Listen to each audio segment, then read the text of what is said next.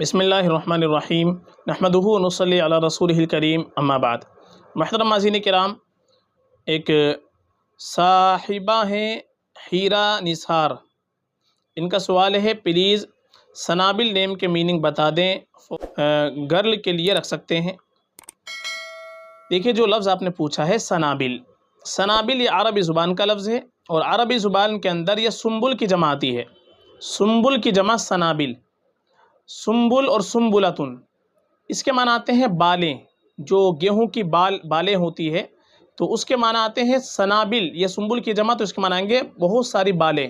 قرآن کریم کے اندر بھی استعمال ہوا ہے کَمَثَلِ حَبَّةٍ أَنبَتَتْ سَبْعَ سَنَابِلَ فِي كُلِّ سُنبُلَةٍ مِّائَةُ حَبَّةٍ، یعنی یہ اس دانے کی طرح ہے جس نے 7 بالیں اگائی اور ہر بال میں 100 دانے ہیں۔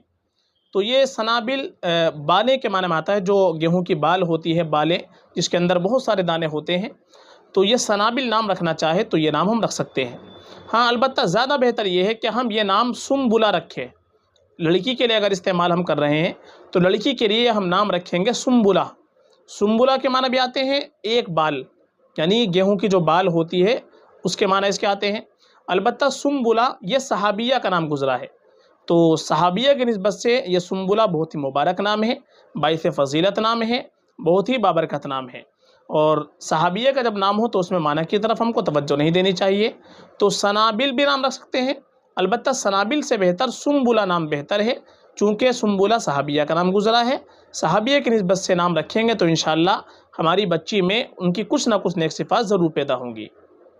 فقط واللہ اعلم۔